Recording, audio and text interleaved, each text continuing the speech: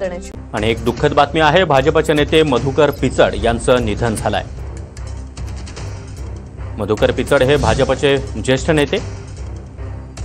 गेल्या काही दिवसांपासून ते आजारी होते, मात्र आता त्यांच्या निधनाची बातमी समोर येते। भाजपचे नेते मधुकर पिचड यांचं निधन झालेलं आहे। लोकसभा निवडणूक असेल, त्याचबरोबर विधानसभा निवडणूक असेल, या दरम्यान मधुकर पिचड हे सक्रिय नव्हते आणि आता मधुकर पिचड यांच्या निधनाची बातमी समोर येते। वयाच्या 84व्या वर्षी मधुकर पिचड यांनी अखेरचा श्वास घेतला। तर आणि या संदर्भात अधिक बोलण्यासाठी भाजपचे नेते प्रवीण दरेकर जे आपल्यासोबत आहेत। दरेकर, एक दुःखद बातमी आहे, मधुकर पिचड यांचं निधन झालंय।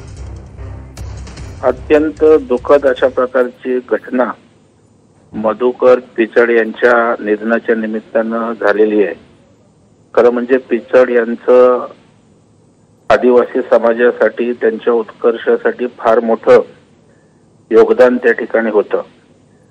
अनेक ठाणे जिल्ह्याचे पालकमंत्री म्हणून अनेक वर्ष त्यांनी ठाणे जिल्ह्यात काम केलं, आदिवासी विकास मंत्री म्हणून काम केलं, प्रदेशाध्यक्ष म्हणून पक्षाचं काम केलं आणि एक फार मोठा नेता, समाजासाठी झटणारा, सर्वसामान्यांसाठी झटणारा आज त्या ठिकाणी आपल्यातून निघून गेल्याचं फार मोठं दुःख निश्चितच महाराष्ट्राला आहे।